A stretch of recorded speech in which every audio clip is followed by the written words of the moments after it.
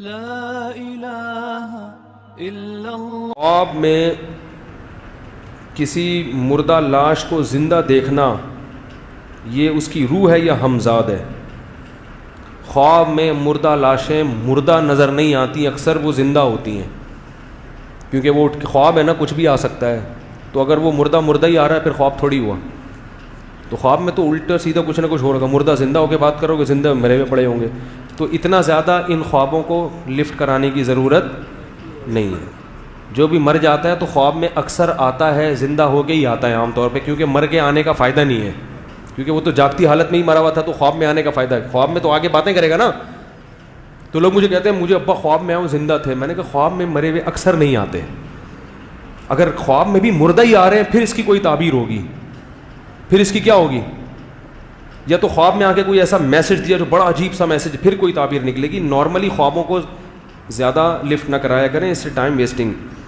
قبر پر کھڑے ہو کر کسی مردہ شخص سے معافی مانگ سکتے ہیں؟ نہیں بھائی، قبروں پہ میت کے لیے دعا کیا کریں، اس کے علاوہ کچھ اور مت کیا کریں، رپورٹیں نہ پیش کیا کریں۔ دل جوان ہے بھائی، ان کی کال آئی ہے، خطرہ تو دل سے ہی ہوتا ہے۔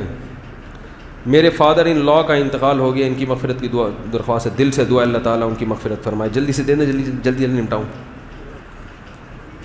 محمد افضل کی صحت کے لیے دعا کریں، دل سے دعا ہے، ان کے لیے بھی دعا کر لیں بھائی، یہ نکاح ہوا ہے، ٹھیک ہے نا۔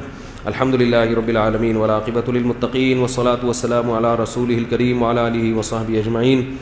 اے اللہ اس نکاح کو اپنے دربار میں قبول فرما، اے اللہ اس نکاح کی برکتیں میاں بیوی کو کامل طور پر نصیب فرما، تا دم حیات محبت الفت کے ساتھ زندگی گزارنے کی توفیق نصیب فرما۔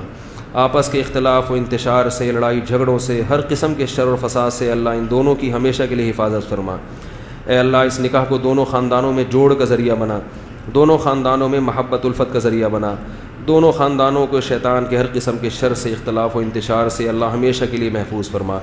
اللہم انا نسألک من خیر ما سألک منہ نبیک محمد صلی اللہ علیہ وسلم، ونعوذ بک من شر ما استعاذک منہ نبیک محمد صلی اللہ علیہ وسلم، انت المستعان وعلیک البلاغ ولا حول ولا قوة الا باللہ، صلی اللہ تعالی علی خیر خلقہ محمد وعلی آلہ وصحبہ اجمعین۔ لا الہ